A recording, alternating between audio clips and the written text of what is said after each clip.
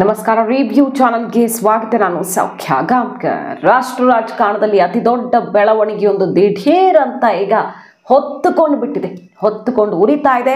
ಖುದ್ದು ಮೋದಿ ಈಗ ವಿಡಿಯೋ ಬಿಟ್ಟು ಕಾಂಗ್ರೆಸ್ನ ವಿರುದ್ಧ ಬೆಂಕಿಯುಂಡೆಯನ್ನು ಉಗುಳಿರೋದು ಏನಿದು? ಹಾಗಾದ್ರೆ ದಿಢೀರ್ ಹೊತ್ತುಕೊಂಡ ಕಿಡಿ, ಹಾಗಾದ್ರೆ ದೊಡ್ಡ ತಲೆ ಉರುಳಲೇಬೇಕು ಅಂತ ಈಗ ನಡೀತಾ ಇರುವಂಥ ಹೋರಾಟದ ಅಸಲಿಯತ್ತು ಏನು? ಮಹತ್ವದ ಬೆಳವಣಿಗೆ ಬಗ್ಗೆ ಮಾಹಿತಿ ಮುಂದೆ ಇಡ್ತಾ ಹೋಗ್ತೀವಿ. ಮಿಸ್ ಮಾಡಿದ್ರೆ ನಮ್ಮ ಚಾನಲ್ನ ಸಬ್ಸ್ಕ್ರೈಬ್ ಮಾಡಿ, ಹಾಗೆ ನಿಮ್ಮ ಅಭಿಪ್ರಾಯ ಕಮೆಂಟ್ ಮಾಡಿ ತಿಳಿಸಿ. ವೀಕ್ಷಕರೇ, ಸದ್ಯ ರಾಷ್ಟ್ರ ರಾಜಕಾರಣದಲ್ಲಿ ದಿಢೀರ್ ಅಂತ ಒಂದು ಪ್ರೊಟೆಸ್ಟ್ ಸಿಕ್ಕಾಪಟ್ಟೆ ಜೋರಾಗಿ, ಪ್ರತಿಕೃತಿ ದಹನದಿಂದ ಹಿಡಿದು ರಾಜೀನಾಮೆಯ ತನಕ ಆಗಲೇಬೇಕು ಅಂತ ಸಿಕ್ಕಾಪಟ್ಟೆ ದೊಡ್ಡ ಮಟ್ಟದಲ್ಲಿ ಹೋರಾಟ ಶುರುವಾಗ್ಬಿಟ್ಟಿದೆ. ಯಾರ ವಿರುದ್ಧ? ಕೇಂದ್ರ ಗೃಹ ಸಚಿವ ಅಮಿತ್ ಶಾ ಅವರು ರಾಜೀನಾಮೆ ಕೊಡಬೇಕು, ರಾಜೀನಾಮೆ ತಗೊಳ್ಳೇಬೇಕು ಮೋದಿ ಅಂತ ಸ್ವತಃ ಮೋದಿನೇ ಅಖಾಡಕ್ಕಿಳಿದು ವಿಡಿಯೋವನ್ನ ಇಟ್ಟಿದ್ದಾರೆ. ದೇಶದ ಜನ ಪಾಪ ನಿಮ್ಮನ್ನ ಯಾವ ಕಾರಣಕ್ಕೂ ನಂಬೋದಿಲ್ಲ. ಈ ವಿಡಿಯೋವನ್ನ ಒಂದ್ಸಲ ಪೂರ್ತಿಯಾಗಿ ನೋಡಿ, ಆಮೇಲೆ ನೀವು ಏನು ಬೇಕಾದರೂ ಮಾಡ್ಕೊಳ್ಳಿ ಅಂತ. ಏನದು ಹಾಗಾದರೆ ಕಾಂಟ್ರವರ್ಸಿಗೆ ಕಾರಣ ಆದ ವಿಡಿಯೋ? ಯಾಕಿಷ್ಟು ಆಕ್ರೋಶ?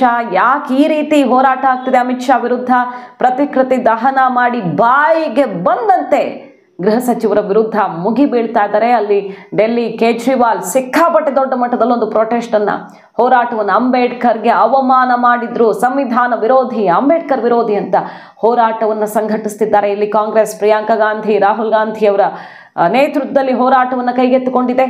ಏನಾಯ್ತು ಹಾಗಾದ್ರೆ?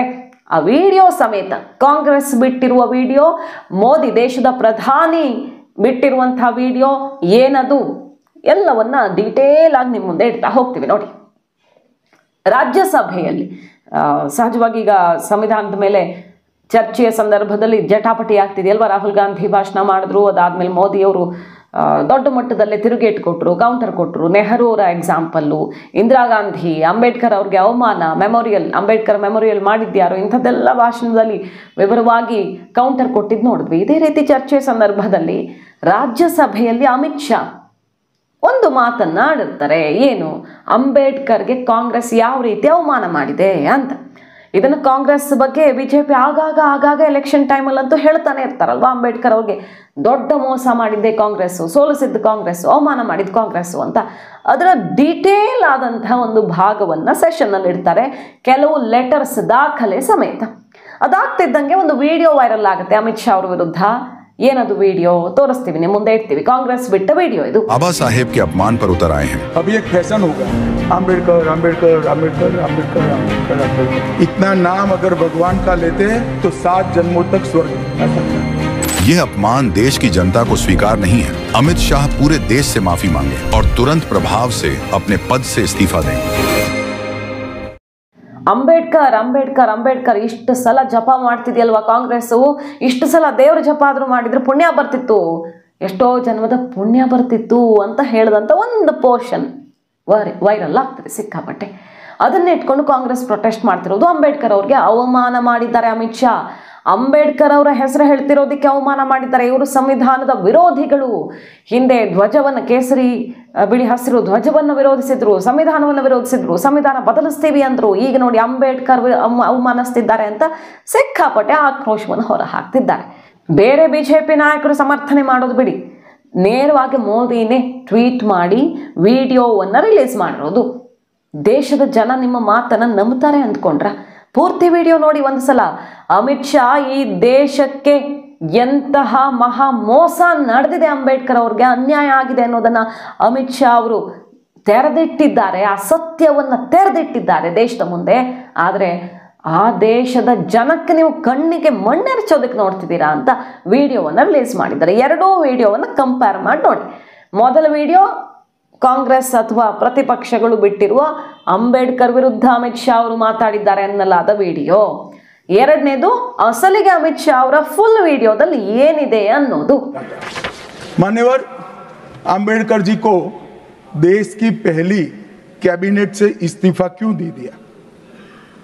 आम्बेडकर जी ने कई बार कहा कि अनुसूचित जातियों और जनजातियों से हुए व्यवहार से मैं असंतुष्ट हूं। सरकार की विदेश नीति से मैं असहमत हूं। और आर्टिकल 370 से मैं असहमत हूं।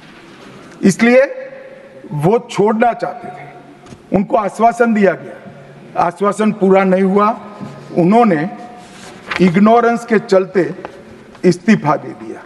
और एक श्री BC रॉय ने पत्र लिखा कि अंबेडकर और राजा जी जैसे दो महानुभाव मंत्रिमंडल छोड़ेंगे तो क्या होगा।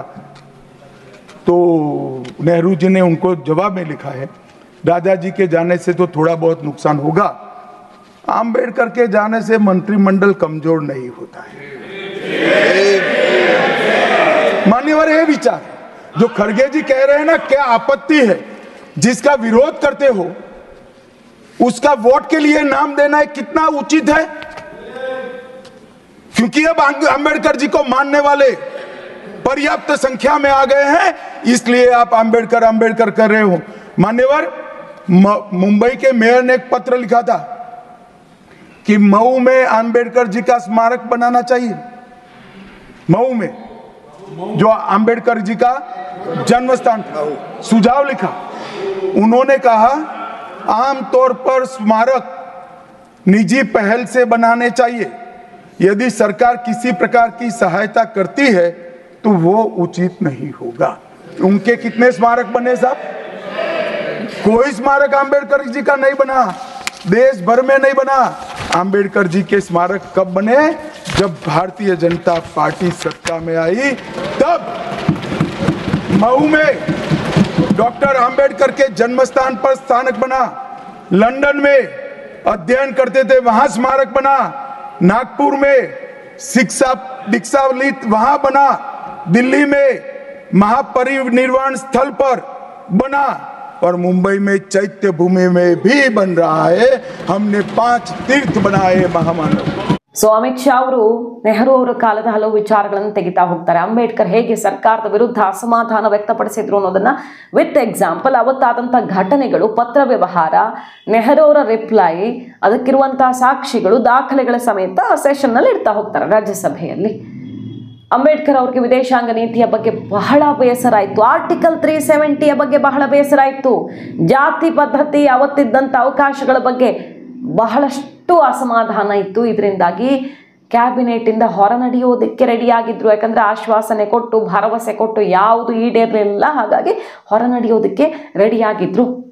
ಇಬ್ಬರು ಮಹಾನುಭಾವರು ಕ್ಯಾಬಿನೆಟ್ಟಿಂದ ಹೊರಗಡೆ ನಡೆಯೋದಕ್ಕೆ ರೆಡಿಯಾಗಿದ್ರು, ಒಬ್ಬರು ಅಂಬೇಡ್ಕರ್, ಇನ್ನೊಬ್ಬರು ರಾಜಾಜಿ. ಇದ್ರ ಬಗ್ಗೆ ದೊಡ್ಡ ನಾಯಕರೊಬ್ಬರು ಅವತ್ತು ನೆಹರುಗೆ ಪತ್ರ ಬರೀತಾರೆ. ಇವರಿಬ್ಬರು ಇಂತಹ ಮಹಾನುಭಾವರು ಕ್ಯಾಬಿನೆಟ್ ತೊರೆದ್ರೆ ಏನಾಗಬಹುದು ಅಂತ ಪತ್ರ ಬರೀತಾರೆ. ಅದಕ್ಕೆ ನೆಹರು ಅವರು ಕೊಟ್ಟ ರಿಪ್ಲೈ ಏನಂದರೆ, ರಾಜಾಜಿ ಹೊರಗಡೆ ಹೋದರೆ, ಎಕ್ಸಿಟ್ ಆದರೆ ಸ್ವಲ್ಪ ಕಾಸ್ಟ್ಲಿ ಆಗಬಹುದು, ತೊಂದರೆ ಆಗಬಹುದು, ಬಟ್ ಅಂಬೇಡ್ಕರ್ ಅವರು ಹೋದರೆ ಕ್ಯಾಬಿನೆಟ್ಗೆ ಏನು ಪ್ರಾಬ್ಲಮ್ ಇಲ್ಲ ಅಂತ ಉತ್ತರಿಸಿದ್ದಾರೆ ನೆಹರು ಅಂತ ಅಮಿತ್ ಶಾ ಅವರು ಇಟ್ಟಂತಹ ವಿಚಾರ. ಏನು ಪತ್ರ ಬರೆದಿದ್ರು ಅಂತ ಆ ಪತ್ರದ ಆಧಾರದಲ್ಲಿ ಅಮಿತ್ ಶಾ ಅವರು ಸೆಷನ್ ಮುಂದೆ ಒಪ್ಪಿಸ್ತಾರೆ. ಸೊ ಈ ರೀತಿ ಅಂಬೇಡ್ಕರ್ ಅವ್ರನ್ನ ವಿರೋಧಿಸಿದವರು, ಅವಮಾನಿಸಿದವರು, ಧಿಕ್ಕರಿಸಿದವರು ಈಗ ಅಂಬೇಡ್ಕರ್ ಅಂಬೇಡ್ಕರ್ ಅಂಬೇಡ್ಕರ್ ಅಂತಿರಲ್ಲ. ಅಂಬೇಡ್ಕರ್ ಹೆಸರು ನೀವು ಪಾಪ ಎಲೆಕ್ಷನ್ಗೋಸ್ಕರ ಹೇಳ್ತಾ ಇದ್ದೀರಾ, ಇವತ್ತಿನ ಪರಿಸ್ಥಿತಿಯಲ್ಲಿ ಅನಿವಾರ್ಯ ಆಗಿದೆ ಅದಕ್ಕೆ ಹೇಳ್ತಿದ್ದೀರಾ. ಇಷ್ಟು ಸಲ ಹೇಳೋ ಬದಲು, ಅಂಬೇಡ್ಕರ್ ಹೆಸರನ್ನು ಹೇಳೋ ಬದಲು ದೇವರ ಹೆಸರು ಹೇಳಿದ್ರೆ 7 ಜನ್ಮದ ಪುಣ್ಯ ಬರ್ತಿತ್ತು ಅಂತಾರೆ ಅಮಿತ್ ಶಾ ಅವರು. ಆದರೆ ಅಂಬೇಡ್ಕರ್ ಅಲ್ಲಿಂದ ಕಟ್ ಮಾಡಿರೋ ವಿಡಿಯೋವನ್ನು ಕಾಂಗ್ರೆಸ್ ಬಿಟ್ಟಿದೆ, ಆದರೆ ದೇಶದ ಜನ ನಂಬೋಲ್ಲ ಅಂತ ಮೋದಿ ಟ್ವೀಟ್ ಮಾಡಿ ತಿರುಗೇಟು ಕೊಟ್ಟಿದ್ದು ಈಗ ದೊಡ್ಡ ಮಟ್ಟದಲ್ಲಿ ರಾಷ್ಟ್ರ ರಾಜಕಾರಣದಲ್ಲಿ ಜಟಾಪಟಿ ಕೆಸರಚಾಟಕ್ಕೆ ಕಾರಣ ಆಗಿದೆ. ಎಲ್ಲ ಪ್ರತಿಪಕ್ಷಗಳು ಒಗ್ಗಟ್ಟನ್ನು ಪ್ರದರ್ಶಿಸ್ತಿರೋದು. ಇಲ್ಲಿ ಆಮ್ ಆದ್ಮಿ ಒಂದು ಕಡೆ ಜೋರಾಗಿ ಪ್ರೊಟೆಸ್ಟು, ಕಾಂಗ್ರೆಸ್ಸು, ಬೇರೆ ಬೇರೆ ಪಕ್ಷಗಳೆಲ್ಲ ಸಂವಿಧಾನ ವಿರೋಧಿ, ಬಿಜೆಪಿಗೆ ಧಿಕ್ಕಾರ, ತಕ್ಷಣಕ್ಕೆ ಸಂವಿಧಾನವನ್ನು ಗೌರವಿಸ್ತೀರಿ ಅಂದರೆ ತಕ್ಷಣಕ್ಕೆ ಅಮಿತ್ ಶಾ ಅವರು ರಾಜೀನಾಮೆ ಆಗಲೇಬೇಕು, ಇಲ್ಲ ಇಡೀ ದೇಶದ ಕ್ಷಮೆ ಕೇಳಬೇಕು ಅಂತ ಅಮಿತ್ ಶಾ ವಿರುದ್ಧ ಮುಗಿಬಿದ್ದಿರುವಂತಹ ಒಂದು ಘಟನೆ ನಡೆದಿದೆ. ಅಷ್ಟೇ ಅಲ್ಲ, ಅಂಬೇಡ್ಕರ್ ಅವರ ಸ್ಮಾರಕವನ್ನ ನಿರ್ಮಿಸೋದಿಕ್ಕೆ ಸರ್ಕಾರದಿಂದ ಸಹಾಯ ಕೊಡಿ ಅಂತ ಮುಂಬೈ ಮೇಯರ್ ಅವತ್ತು ಪತ್ರ ಬರೆದಿರ್ತಾರೆ. ಆದರೆ ಸರ್ಕಾರದಿಂದ ದುಡ್ಡು ಕೊಡೋದು ಯಾಕೋ ಸರಿ ಅನ್ಸಲ್ಲ, ಬೇರೆ ಏನಾದ್ರು ವ್ಯವಸ್ಥೆ ಮಾಡ್ಕೊಳ್ಳಿ ಅಂತ ಉತ್ತರ ಬರೆದಿದ್ರ ಬಗ್ಗೆ ಕೂಡ ಅಮಿತ್ ಶಾ ಅವರು ಬೆಳಕು ಚೆಲ್ಲಿರೋದು. ಆದರೆ ಇವತ್ತು ಅಂಬೇಡ್ಕರ್ ಸ್ಮಾರಕ ನಿರ್ಮಾಣ ಆಗಿದ್ದು ಬಿಜೆಪಿ ಸರ್ಕಾರ ಬಂದ ಮೇಲೆ ಮುಂಬೈಯಲ್ಲಿ ಎಲ್ಲ ಆಯಿತು, ಅವರ ಜನ್ಮಸ್ಥಳದಲ್ಲಿ, ಲಂಡನ್ನಲ್ಲಿ, ನಾಗ್ಪುರದಲ್ಲಿ ಅಂದ್ಕೊಂಡು ಲಿಸ್ಟ್ ಇಟ್ಟು ಅಂಬೇಡ್ಕರ್ ಮೆಮೋರಿಯಲ್ಲಿಂದ ಹಿಡಿದು ಬೇರೆ ಬೇರೆ ಏನೇನು ಮಾಡಿದ್ದೇವೆ ಅಂಬೇಡ್ಕರ್ ನೆನಪಿಗೋಸ್ಕರ ಅನ್ನುವ ಲಿಸ್ಟನ್ನು ಓದುವ ಮೂಲಕ ಇಂಥವ್ರಿಗೆ ನೀವು ಸಂವಿಧಾನ ವಿರೋಧಿಸ್ತಿದ್ದಾರೆ, ಅಂಬೇಡ್ಕರ್ ವಿರೋಧಿಗಳು ಅಂತ ಹೇಳಿ ಅಂಬೇಡ್ಕರ್ ಬೆನ್ನಿಗೆ ಚೂರಿ ಹಾಕಿದವರು ನೀವು ಅಂಬೇಡ್ಕರ್ ನಾಮಜಪ ಮಾಡ್ತೀರಾ ವೋಟ್ ಬ್ಯಾಂಕ್ಗೋಸ್ಕರ ಅಂತ ತಿರುಗೇಟು ಕೊಟ್ಟಿರುವ ರೀತಿ. ಆದರೆ ವಿಡಿಯೋ ಮಾತ್ರ ಈ ಬಗೆಯಲ್ಲಿ ಈಗ ಕಾಂಗ್ರೆಸ್ಗೆ ಅಸ್ತ್ರವಾಗಿರೋದು. ಇಷ್ಟೆಲ್ಲದರ ಬೆನ್ನಲ್ಲೇ ಅಮಿತ್ ಶಾ ಅವರೇ ಇವತ್ತು ಅಡ್ರೆಸ್ ಮಾಡ್ತಾರೆ. ಯಾವ್ಯಾವ ರೀತಿ ತಿರುಗೇಟು ಕೊಡಲಿದ್ದಾರೆ ಕಾದ್ ನೋಡಬೇಕು. ಬಿಜೆಪಿ ಇನ್ನೂ ಬಡಿದೆಬ್ಬಿಸದಂತಾಗಿದೆ, ಸಿಡಿದೇಳುವಂತಾಗಿದೆ ಕಾಂಗ್ರೆಸ್ನ ಈ ಎಡಿಟೆಡ್ ವಿಡಿಯೋದಿಂದ ಅಂತ ಹೇಳ್ತಾ ಇರೋದು. ಅವರು ಎಡಿಟ್ ಮಾಡಿ ಈ ರೀತಿ ಕಟ್ ಮಾಡಿಬಿಟ್ಟಿದ್ದಾರೆ. ಆದರೆ ಸಾಧ್ಯವೇ ಇಲ್ಲ ದೇಶದ ಜನ ನಂಬೋದಿಕ್ಕೆ ಅಂತ ಬಿಜೆಪಿ ಹೇಳ್ತಾ ಇರೋದು. ಅದಕ್ಕೆ ಆನ್ಸರ್ ಮಾಡಲಿದ್ದಾರೆ ಅಮಿತ್ ಶಾ. ಯಾವ ರೀತಿ ಚಾಟಿ ಏಟು ಬೀಸಲಿದ್ದಾರೆ ಪ್ರತಿಪಕ್ಷಗಳತ್ತ ಅನ್ನೋದು ಈಗ ಎಲ್ಲರ ಗಮನ ಸೆಳೆತಿದೆ. ಕುತೂಹಲದ ಕೇಂದ್ರ ಬಿಂದುವಾಗಿದೆ. ಇವತ್ತಿನ ಮಟ್ಟಿಗೆ ಈ ಸೆಷನ್ನಲ್ಲಿ ದೊಡ್ಡ ಮಟ್ಟದಲ್ಲಿ ಕಿಡಿ ಹೊತ್ತಿಸಿರುವಂತಹ ವಿಚಾರ ಇದು. ಮಾಹಿತಿ ನಿಮ್ಗೆ ಇಷ್ಟ ಆಗಿದ್ರೆ ಮಿಸ್ ಮಾಡದೆ ನಮ್ಮ ಚಾನಲ್ನ ಸಬ್ಸ್ಕ್ರೈಬ್ ಮಾಡಿ. ನಿಮ್ಮ ಅಭಿಪ್ರಾಯ ಕಮೆಂಟ್ ಮಾಡಿ ತಿಳಿಸಿ. Thank you.